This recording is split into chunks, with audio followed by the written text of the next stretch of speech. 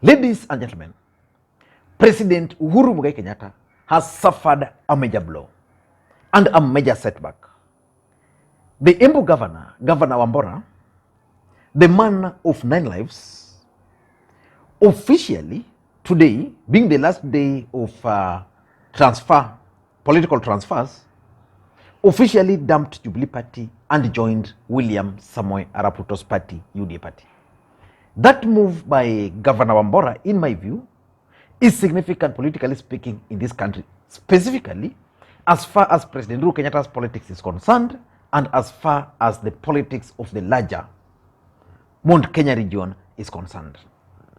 So in this video, I want us to look at the move by Wambora to join UDA Party. But before we do that, for those who are watching this channel for the first time, I want you to take a second or two, click the subscribe button so that next time we produce a video like this, YouTube will automatically notify you. And to the subscribers, I want to continue to thank you guys for your continued support, because without that support, this channel cannot be where it is. Now, let us go straight to the points. Uhuru Kenyatta has been working strategically to win the support of the larger Mount Kenya region. And Uhuru Kenyatta had actually managed to split Mount Kenya into 2 regions, Mount Kenya West and Mount Kenya East. And another important fact which you must also figure out is that President Uhuru Kenyatta is now outside there trying to kick out his deputy, William Ruto, from the larger Mount Kenya region. And today, the president met with the Kikuyu elders at State House in Nairobi. Of course, that meeting is also very important because that meeting is coming at a time when Moses Kuria had told Raila Odinga that the Kikuyu nation cannot vote for him because of some off there. So the president meeting with those elders, in my view, is significant. But why is this move by Wambora significant? How is it going to affect President Uhuru Kenyatta? How is it a setback for the president? It is a setback for the president in these ways. Number one, Governor Wambora is the current chair of the Council of Governors. Council of Governors is a body which brings together all the 47 governors together. In the last election, when they were holding their election, President Uhuru Kenyatta and Raila Odinga settled on Governor Wambora. William Ruto sponsored another candidate who was defeated. And that's how Wambora became the chair of the Council of Governors. And as the chair of the Council of Governors, it means if there are certain issues President Uhuru Kenyatta wants to go through and involves the governors, it's easy to use Wambora. And now that Wambora has left that office, has joined UDA, it means Wambora will now be working very closely with the Deputy President, Dr. William Samoei Arap Ruto. And in my view, that's a major setback for President Uhuru Kenyatta. So that's the first setback. And again, if you look at it critically, the chair of Council of Governors is normally a very powerful individual. You can check that from the previous holders. The first holder of that office was Governor for Bomet, Isaac Ruto. He became so powerful that he had to be stopped. The second governor, chair of the Council of Governors, was Nanok. Of course, he was also very powerful. Then the third chair of the Council of Governors was Governor Wycliffe Ambetsa Oparanya. And if you compare Oparanya, because Oparanya left office the other day, Oparanya was so powerful when he was the chair of the Council of Governors compared to today.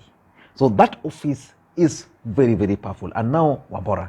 So it means the moment Wambora leaves Uhuru Kenyatta's camp and decides to join UDA as a chair of the Council of Governors, it means he must have sat down and figured out what is in his best interest, because politics is about interest. And probably I can conclude that he has realized that UDA is where his politics will be secured, because as a second-term governor, he's not going to run again, but he can qualify, and I'm told he's going to run as the Senate for Embu. So that's number one. Number two, politics is a game of perception, in the sense that now that the president was working so hard to bring some of these people together, we've seen a lot of people moving from other parties, from UDA. In fact, the last 3 days, we've seen several politicians dumping UDA party for Uhuru Kenyatta. And when Uhuru Kenyatta is doing this, then you find the chair of the Council of Governors, you find the governor for Embu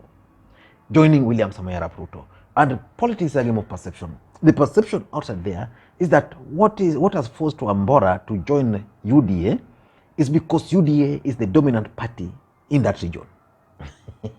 And because that's how it is, that UDA is the dominant party in the larger Mount Kenya region, most of his supporters and those who would want to support Uhuru Kenyatta, will figure out that if the guy he made the chair of Council of Governors, if the guy who leads the Council of Governors is the one who is now leaving that party, so it means that UDA is gaining more grounds in the entire Mount Kenya region, or President Uhuru Kenyatta's party is not doing much, and therefore you can't bank on them going into the elections. So that's number 2, perception. Number 3 is Mount Kenya East and West politics. President Uhuru Kenyatta has successfully managed to split Mount Kenya into 2. And his approach to those 2 regions were totally different. So basically we have Mount Kenya East and Mount Kenya West. And let me put it bluntly, the president wanted to deal with the Kikuyu separately and these other regions separately. So in Mount Kenya East, the president had figured out that with Wambora on his side from Embu, with Kiraitu Murungi in Meru, and then he brought on board Peter Munya to help Kiraitu Murungi in Meru. Then Leni Kivuti also came on board to help Wambora in Embu. And then you remember the Tharaka Nithi governor also was with Uhuru Kenyatta, then he also left for Ruto earlier. So basically the president had a very clear strategy on how he was going to deal with the Mount Kenya East. Now, with Wambora now bolting out, what does it mean? It means just a simple thing, that President Uhuru Kenyatta will not have Wambora on his team. I don't know, but maybe there's another guy, but the truth of the matter is that President Uhuru Kenyatta's equation of dealing with the Mount Kenya East is now in jeopardy. So that's number 3. Number 4, in my view, is that this move by Wambora is going to give William Ruto and his brigades that momentum, the momentum they've been looking for. You know, politics is a game of numbers, which is perceived as unreal. But sometimes you might have the numbers, then you are slowed down. William Ruto had been slowed down in the larger Mount Kenya region by President Uhuru Kenyatta and his allies. In fact, after the Jubilee nominations, we've seen a lot of change as far as politics of the larger Mount Kenya region is concerned. So the deputy president was being slowed down. Now, Wambora coming on board means the deputy president is going to be re-energized. He's going to gain the momentum, which is going to now use to push forward. And I want to tell you that I'm sure that a week will not lapse before the deputy president will appear in a political rally with the gentleman called Wambora. So in my view, I think the deputy president will get that momentum. Uhuru Kenyatta would not have wished a situation where the deputy president gets the momentum to sustain what he began long time ago, and which is to stop his deputy. And lastly, I think the move by Wambora will also affect President Uhuru Kenyatta and Raila Odinga as far as the Azimio politics is concerned. Azimio's politics was based on a very simple strategy that they were going to use the governors. So when the deputy president began his politics, he focused on members of parliament. And then he went, for example, in the larger Mount Kenya region and got hold of almost all the entire members of parliament and MCS. The deputy president left out senators, and he left out senators and governors. So when Raila Odinga and Uhuru Kenyatta came up with the BBI and they started pushing for the BBI, they started bringing the governors together. And majority of governors in this country were actually supporting BBI.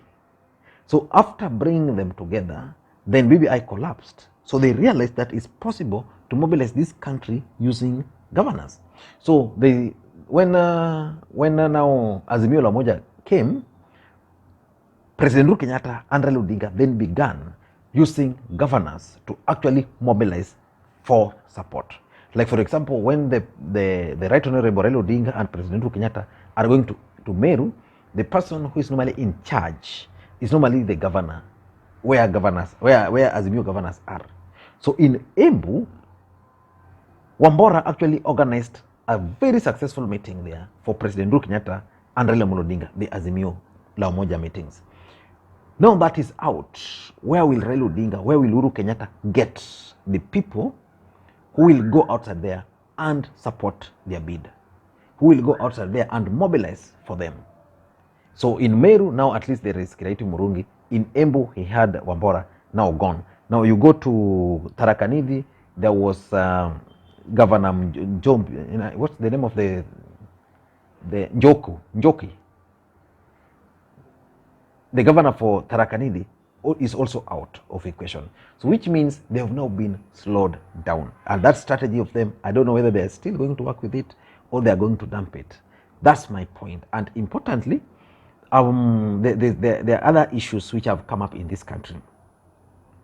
The first issue which I think we will need to figure out is the impact of the choice of a running mate. Who will be Raila Odinga's running mate?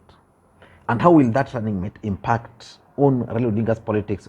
Who is William Ruto's running mate? How will that running mate impact on his 2022 presidential bid?